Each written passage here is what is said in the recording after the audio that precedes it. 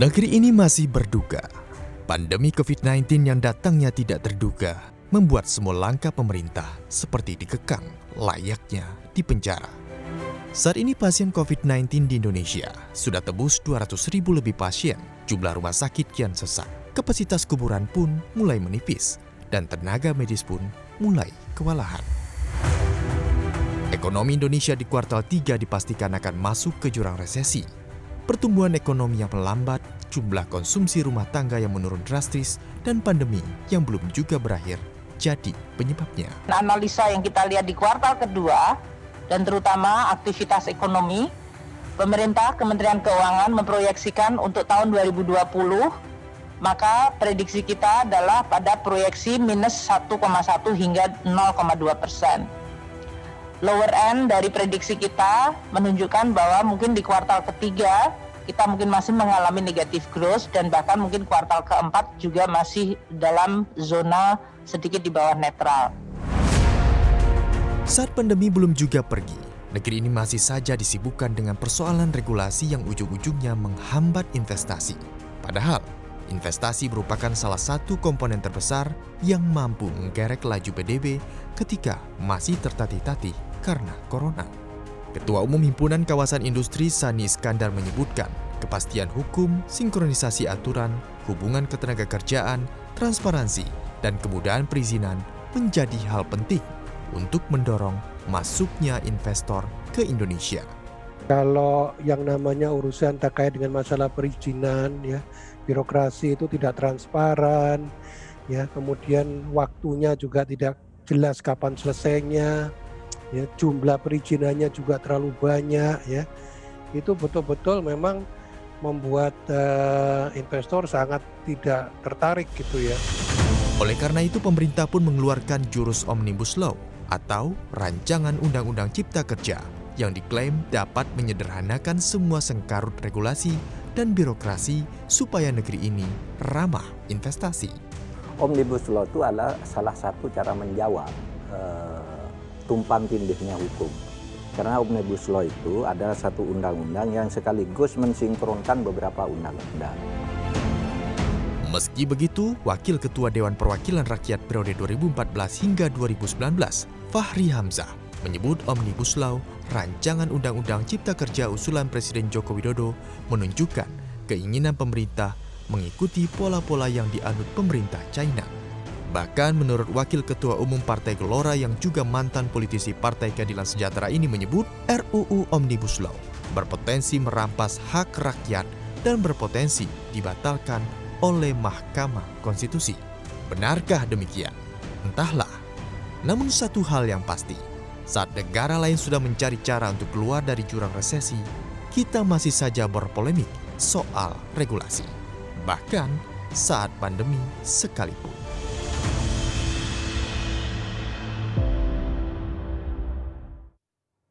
Kembali dalam program Impact bersama saya Peter Gonta, dan kita masih bersama narasumber saya, Wakil Ketua DPR RI periode 2014-2019, Fahri Hamzah. Bung Fahri, Ya. Hukum, kepastian hukum. Pada waktu kita melakukan promosi mengenai wawancara saya dengan Bung Fahri pada malam ini, ada seorang kawan saya yang sangat saya hargai, tiba-tiba memberikan SMS kepada saya. Kepastian hukum, Bung Peter, tolong tanyakan kepada Fahri Hamzah, sampai di mana, apa yang harus kita lakukan. Kalau orang yang masih hanya mempunyai turnover 500 miliar, atau sampai dengan 1 triliun katakan, tapi untuk mendapatkan kepastian hukum, harus boleh katakan memberi uang suap 10 miliar sampai 15 miliar, orang itu tidak bisa hidup. Apa menurut Bung Fahri Hamzah? Apa yang menurut Anda pikirkan hal tersebut? Iya, tadi seperti dikutip oleh teaser tadi, pernyataan saya tentang cara kita melihat penegakan hukum di negara demokrasi yang sekarang ini mulai dipertandingkan dengan fakta bahwa negara-negara non-demokrasi disebut lebih mendatangkan kepastian. ada tren untuk menarik kembali demokrasi yang bottom line-nya adalah kebebasan atas nama kepastian, lalu orang mau mengimpos cara berpikir atau mengelola negara dengan tradisi yang lebih top down begitu. Saya kira ini perubahan atau cara berpikir yang harus kita dudukkan dari awal, bahwa Indonesia ini telah menjadi negara demokrasi yang utuh. Negara demokrasi yang sebenarnya bisa dibilang sempurna, karena exercise demokrasi kita itu dimulai dengan perubahan konstitusi secara radikal.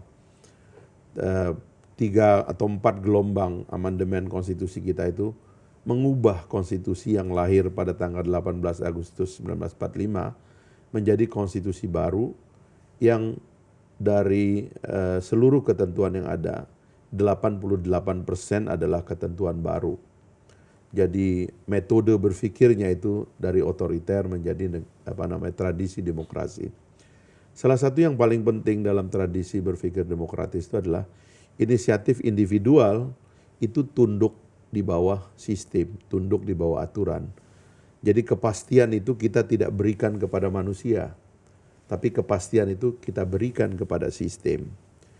Itulah sebabnya dari tahun 2004, pasca 2003 kita mengakhiri amandemen keempat, lahirlah undang-undang yang berbasis kepada konstitusi baru yang seluruh nafasnya adalah otoritas itu diberikan kepada banyak lembaga. Bahkan bukan cuma itu, negara mengintroduksi otonomi daerah secara besar-besaran. Gitu. Dari otonomi tingkat provinsi, lalu lahirlah undang-undang tentang otonomi tingkat 2 berbasis pada kabupaten dan kota.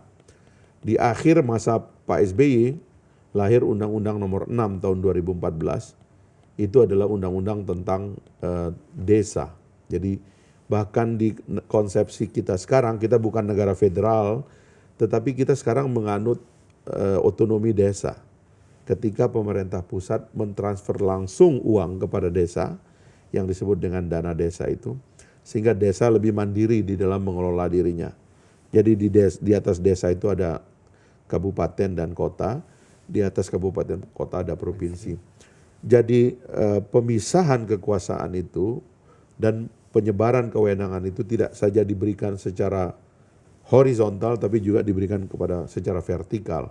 Kalau dulu di pusat itu hanya di tangan satu orang, katakanlah presiden yang paling berwenang di situ, apa kata presiden itulah yang kejadian. Itulah hukum. Sekarang kita pisah dia, tidak saja secara horizontal tapi juga kepada vertikal. Kepala desa sekarang itu punya otoritas. Bupati, wali kota punya otoritas. Gubernur sekarang punya otoritas. Nah, dalam kerangka seperti inilah seharusnya negara kita kelola. Kalau kita... Saya kembali sebentar. Ya. Hukum dalam hal yang berhubungan dengan investasi. Ya. Sebetulnya tadi apa yang Bung Fahri katakan, mohon maaf saya interupsi sebentar. Ya. Kita ingin menanyakan bagaimana hukum sekarang dapat melindungi atau dapat menunjang investasi di Indonesia. Di samping tentunya di desa, satu hal yang tentunya merupakan satu kemajuan. Di samping itu, Bung Fahri juga mengatakan kita adalah demokrasi yang komplit. Tapi pada sesi pertama, Bung Fahri sendiri mengatakan demokrasi kita mungkin sekarang komplit, tapi ternyata partai-partai politik dan legislasi dan konstitusi sudah amburadul. Ya, makanya. Jadi komplit yang amburadul? Ya, saya kira iya. Kalau kita bicara evaluasi 20 tahunan ya, kan saya sering mengatakan setiap 20 tahun Indonesia itu selalu punya masalah besar. Ini warning, ini sejarah ini yang mengatakan kepada kita bahwa orang Indonesia setiap 20 tahun kalian punya masalah. Dan menurut saya salah satu masalah kita setelah 20 tahun itu adalah kerumitan politik ini gitu. Karena kita telah masuk ke dalam lorong demokrasi, tapi kita tidak sepenuhnya menyadari infrastruktur apa saja yang kita mesti buat bagi demokrasi itu. Misalnya yang Pak Peter tadi katakan, perizinan misalnya. Terpaksa di dalam sistem demokrasi itu perizinannya itu banyak sekali. Kalau dulu kan presiden cuma mengatakan kamu cukup ketemu dengan si ini nanti bawa message saya ke bawah semuanya beres. in one day. Nggak ada pertanyaan. Karena dia akan datang kata bos, kata bos, kata bos. Tapi dalam tradisi kita menuju demokrasi, nggak semua orang punya otoritasnya. Maka yang kita perlu bangun adalah proses yang transparan dalam satu sistem untuk memastikan bahwa schedule yang ditetapkan oleh pemerintah dalam perizinan itu jalan. Kalau dikatakan bahwa di lembaga itu kamu cuma perlu berurusan 2 hari, dan setelah 2 hari nggak boleh ada tambahan karena lembaga itu akan dihukum. Misalnya katakanlah pemerintah daerah. Saya dari dulu mengusulkan kalau ada pemerintah daerah yang mempersulit perizinan, sebaiknya dana alokasi yang ditransfer dari pusat ke daerah itu harusnya ditahan sebagai hukuman kepada pemerintah daerah yang mempersulit investasi gitu. Nah, saya kira juga ada terobosan-terobosan yang mulai diambil oleh pemerintah, terutama saya lihat di bawah BKPM yang sekarang itu ada inisiatif. Tapi inisiatifnya bukan merampas kewenangan dari lembaga lain lalu diserahkan kepada satu lembaga. Sebenarnya roh daripada PTSP itu kan, perizinan satu atap itu, bukan itu sebenarnya. Tapi bagaimana semua dikoordinir dan sadar tentang pentingnya kita memudahkan orang dalam melakukan perizinan itu. Dulu waktu saya membahas undang-undang tentang investasi, saya simply bilang kepada teman-teman, uang tidak punya warga negara, uang tidak punya agama, uang tidak punya nasionalisme, uang hanya ingin datang ke tempat yang memberikan keuntungan yang lebih baik dan jaminan keamanan. Jaminan keamanan dan kepastian hukum. Ya, pertanyaannya satu, apakah kita ada kepastian hukum di Indonesia? Nah, makanya tadi saya mohon maaf Pak Peter, ini mungkin diantara problem saya dengan orang. Saya tidak bisa chest blank on the spot. Jadi misalnya orang bilang korupsi, perkuat KPK. Itu saya muter saya ngelihatnya itu. Bubarkan KPK. Bahkan lebih daripada itu. Ini setelah sekian lama saya marah, lalu saya membuat statement seperti itu. Karena itu statement emosional.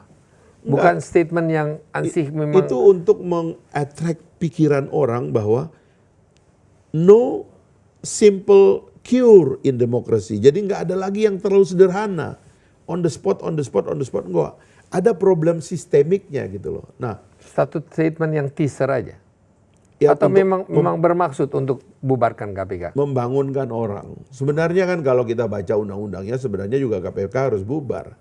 Karena undang-undangnya mengatakan bahwa institusi ini dibuat karena polisi, kejaksaan, dan pengadilan belum efektif di dalam memberantas korupsi. Sudah efektif sekarang. Makanya saya mengatakan, kalau kamu tidak bereskan ini berarti kamu gagal. Kalau kamu mengatakan ini sudah beres, harusnya kamu sudah bubar, kan begitu. Tapi Fahri Hamzah mengatakan bubarkan aja KPK. Ya, saya bilang bubarkan. Itu emosional, satu statement untuk membangunkan orang, atau memang bermaksud untuk membangunkan orang agar supaya mereka segera bergerak, agar supaya KPK bisa dibubarkan? Sebenarnya bisa dua-duanya. Kalau presiden itu, ya dengan segala maaf saya ngomong presiden. Kalau presiden itu mengerti orkestranya itu, KPK harus diberikan timetable untuk menyelesaikan pekerjaannya. KPK diberi timetable atau institusi kepolisian, kejaksaan, kehakiman yang diberikan timetable? Dari semua institusi ini yang diberikan senjata paling besar itu adalah KPK.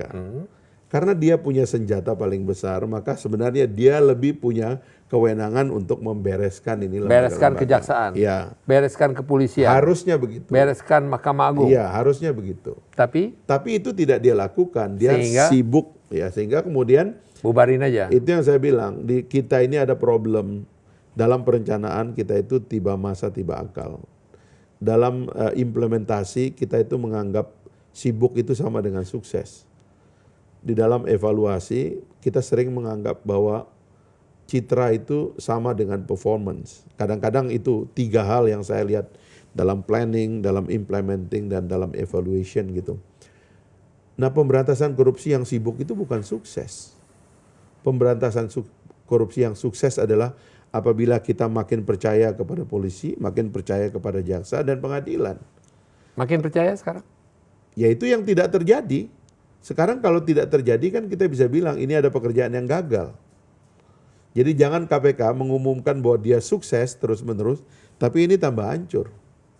Seharusnya sukses dia, oh hari ini tingkat kepercayaan publik kepada Polri sudah naik sekian dan kita bersyukur Teruslah Polri bekerja, ya kami bangga mendukung Polri dan anak-anak bangsa akan bangga menjadi anggota Polri. Hari ini kita lihat kejaksaan kita salah satu yang terbaik di Asia Tenggara, kepercayaan masyarakatnya luar biasa, karena itu kita bangga dengan. Kan itu tidak terjadi kan, yang terjadi itu kan sebuah Terbakar justru ya. terbakar dan dia secara sepihak mengumumkan dirinya sukses. Jadi sukses ini apa? Nah itu yang saya kemudian bongkar motifnya dari awal. Apa dasar dari membuat undang-undang ini. Tapi saya kembali sedikit Pak Peter, karena ini problem kita 20 tahunan. Kalau kita tidak mengerti cara kerja demokrasi termasuk di dalam membangun kepastian hukum, kita terus-menerus akan kacau begini. Di tengah jalan kita ingin menuntut absolutisme dan meminta agar absolutisme diberikan kepada otoritas-otoritas yang ada. Mulai dari presiden, termasuk juga kepada yang lain-lain gitu. Lembaga-lembaga yang sekarang ini di dalam Omnibus Law misalnya. Kita mau merampas semua undang-undang yang sudah dibangun dalam 20 tahun ini, kita taruh di dalam satu undang-undang. Padahal dalam tradisi kita membuat undang-undang dalam 20 tahun ini, harus ada orang yang mengkoordinir ini. Supaya kemudian kekacauan itu dapat diselesaikan secara intensif terus-menerus dalam satu kerja sistem. Nah ini kerja sistem ini yang menurut saya itu tidak dimengerti cara kerjanya oleh existing government dan bahkan menurut saya existing generation. It's the problem of generation karena ini soal mindset. Masih berapa lama nih kira-kira baru bisa KPK bisa bereskan Polri, bisa bereskan Kejaksaan, bisa bereskan Mahkamah Agung? Masih lama? Saya nggak melihat KPK yang baru setelah amandemen itu memahami makna daripada perubahan undang-undang KPK yang kemarin. Bahkan saya mendengar ada semacam dendam bahwa mereka nggak bisa nangkap orang setiap saat lagi, nggak bisa taping orang berlama-lama lagi. Dendam? Itu semacam ada dendam. Kami nggak bisa lagi karena nggak begitu. Dendam atau karena mempersulit pekerjaan mereka? Ya sebenarnya kalau ya itu tadi. Makanya makna dari perubahan undang-undang ini yang harus dimengerti. Undang-undang ini menghendaki KPK kembali menjadi orkestra, memimpin orkestra. Memang pemimpin tertingginya adalah presiden, tapi KPK itu dalam penegakan hukum, bahkan dalam pencegahan, dia punya kewenangan bahkan yang melampaui kewenangan presiden. Bung Fahri, kita harus jeda sebentar. Mulai tegang ya. Bukan tegang aja, tapi menurut hemat saya terjadi tadi sebelum kita mulai wawancara ini, Bung Fahri mengatakan pada saya atau pada kita atau menanyakan kepada rekan-rekan saya di studio, kita mesti pakai masker nggak? Oh iya. Ya di TV lain kita mesti pakai masker dulu. Saya ada masker juga. Ya, nanti sesudah kita wawancara kita lepas. Iya. Artinya kita menunjukkan bahwa kita memang pakai masker. Iya. Banyak sekali ya permainan sandiwara. Kita jeda sebentar. Jangan kemana-mana, dialog bersama Fahri Hamzah akan kita lanjutkan usai jeda ini. Tetap bersama saya di program Impact bersama saya Peter Gonta.